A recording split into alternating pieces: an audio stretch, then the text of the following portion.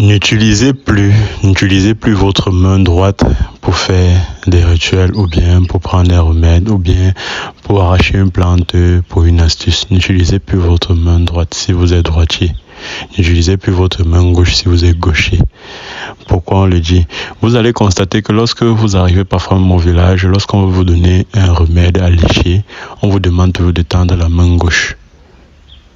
Pour ceux qui sont habitués à aller au village, même quand vous partez, quand on est dans les lieux sacrés, on partage le gâteau maïs du village, c'est avec la main gauche qu'on prend et non avec la main droite. Lorsqu'on partage un remède qu'on a tourné avec l'huile rouge, c'est avec la main gauche qu'on prend et non avec la main droite. Beaucoup l'ont déjà constaté, mais beaucoup ne savent pas pourquoi est-ce qu'on fait cela. Aujourd'hui, je viens vous dire, ce n'est pas seulement pour les remèdes que vous devez prendre avec la main gauche.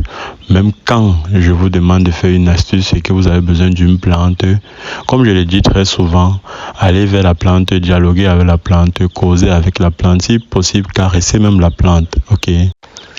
Une fois que vous avez fini de dialoguer avec la plante, vous coupez la plante avec un objet bien tranchant. Il ne faut pas brutaliser la plante. Si par exemple, je vous ai demandé d'aller cueillir les feuilles de roi d'herbe, ok.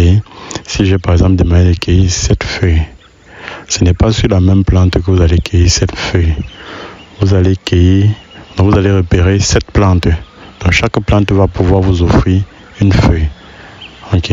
Parce que lorsque vous coupez tous les 7 feuilles sur la plante, le travail ne risque de ne pas marcher. Parce que vous aurez pris tout ce que la plante avait.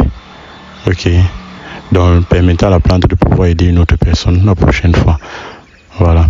Donc, on est arrivé à passer une plante, vous arrachez toutes les feuilles. Cherchez une autre plante, vous arrachez le nombre de feuilles dont vous avez besoin. Voilà. Et tout ceci, le travail doit se faire avec la main gauche. Voilà. Pourquoi j'insiste sur la main gauche? Sur la main gauche, parce que la main gauche n'entre pas en contact, n'est pas le plus souvent utilisée chez les personnes qui sont droitiers. Ok. Et la main droite, c'est une main qui n'est pas le plus souvent utilisée pour les personnes qui sont gauchers. Voilà pourquoi je dis, pour une personne qui a l'habitude d'utiliser la main droite, pour un droitier, pour faire des astuces ou bien pour faire un remède, vous devez utiliser votre main gauche. Pour une personne qui est gaucher, pour faire des astuces ou des rituels, vous devez utiliser votre main droite. La main droite pour un gaucher, la main droite pour un droitier, c'est une main qui entre en contact avec beaucoup de personnes, qui salue beaucoup de personnes et par conséquent accumule des ondes négatives. Ok, c'est une main qui touche beaucoup de personnes, qui touche beaucoup de surface, qui touche beaucoup d'objets. Par conséquent, ça accumule beaucoup d'ondes négatives. Alors, lorsque vous posez cette main-là sur un remède qui est censé vous guérir, vous chargez ce remède d'ondes négatives. Vous annulez le pouvoir de ce remède-là.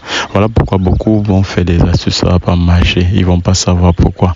Certains vont faire avec la main droite, certains droitiers vont faire la main droite, ça va marcher. Mais d'autres vont faire ça, ça va pas marcher. Pour ceux que ça va marcher, soit vous êtes élevé spirituellement, soit vous n'entrez pas en contact avec des personnes négatives. Ok.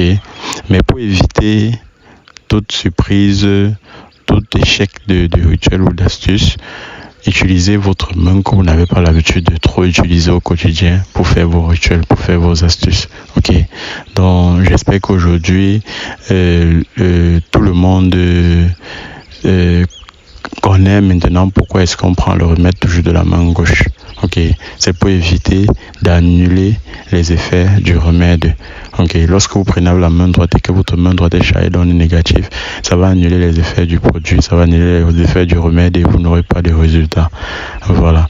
Donc voilà les choses simples que beaucoup ignorent, beaucoup simplifient et qui leur bloquent la vie, qui leur bloquent les rituels, qui leur bloquent les astuces. Donc arrêtez de simplifier les choses, prenez tout ce que j'ai dit en considération. Et comme je le dis toujours, si vous avez tout essayé, parce qu'il y a certains qui vont dire, j'ai déjà tout fait, j'ai déjà tout essayé, l'autre m'a dit comme ça, l'autre m'a dit ça n'a pas marché. Venez faire des consultations. Ok, contactez-moi sur le numéro qui est sur l'écran, on va trouver une solution. Si vous ne pouvez pas me contacter et que vous pouvez contacter une autre personne, faites des astuces. Et je vous ai dit, lorsque vous partez rencontrer, parce qu'il y a certains qui viennent me dire, telle personne m'a consulté, il m'a dit telle chose, c'est la même chose qu'on m'a dit, mais on a fait le travail, ça n'a pas marché. Parce que vous n'avez pas posé assez de questions. Il y a des gens qui ont la capacité de voir, il y a des gens qui ont la capacité de dire ce que vous avez, mais non pas la capacité de vous traiter. Et sachez que c'est pas n'importe qui traite n'importe qui, ok? Vous pouvez aller voir quelqu'un, il vous fait une voyance, mais à la fin il vous dit qu'il ne peut pas vous traiter. Il a bien la capacité de traiter, mais lui il dit qu'il ne peut pas vous traiter. Soit les génies n'ont pas voulu qu'il vous traite, soit il n'a pas les capacités de vous traiter, soit votre pouvoir dépasse au-dessus de ses pouvoirs, soit le problème que vous avez est au-dessus de ses pouvoirs. Il ne va pas vous dire, il va tout simplement vous dire de chercher une autre personne. Généralement au village, lorsqu'on va faire des consultations, on va arriver, on va lancer quelques brindilles de balai au sol et on va demander à celui qui vous fait la consultation de choisir la personne, choisir parmi ses bâtons. Donc vous seul, vous savez qui sont représentés à travers ces bâtons-là. Ok. Et vous allez demander au voyant de choisir l'un des bâtons. Et une fois qu'il a choisi, c'est cette personne-là qui va travailler sur vous. Donc faites aussi cette expérience-là. Ne partez pas faire une consultation et vous vous sentez obligé de travailler avec la personne. Et je le dis toujours, vous n'êtes pas obligé, vous pouvez venir faire la consultation avec moi, vous n'êtes pas obligé de travailler avec moi. Ok. Pour ceux qui disent parfois que je suis cher, pour ceux qui disent, il y a des gens qui viennent faire la consultation, je leur donne des rituels ou bien je leur demande d'aller chercher quelqu'un dans leur village pour travailler sur eux. Je ne suis pas toujours obligé de travailler sur quelqu'un. Ok. Mais quand je peux, je le fais. Voilà. Et je vous ai dit la clé dans tout ça, c'est de poser des questions. Lorsque vous ne posez pas de questions, quelqu'un peut vous faire croire qu'il a travaillé sur vous alors qu'il n'a pas travaillé sur vous. Donc pendant la consultation, posez assez de questions. Pendant qu'il fait votre travail, laissez-le travailler. Une fois qu'il vous dit qu'il a terminé, posez-lui les questions. Demandez-lui comment est-ce que vous allez constater les changements, les résultats et tout et tout. Ok, c'est très simple. Au top.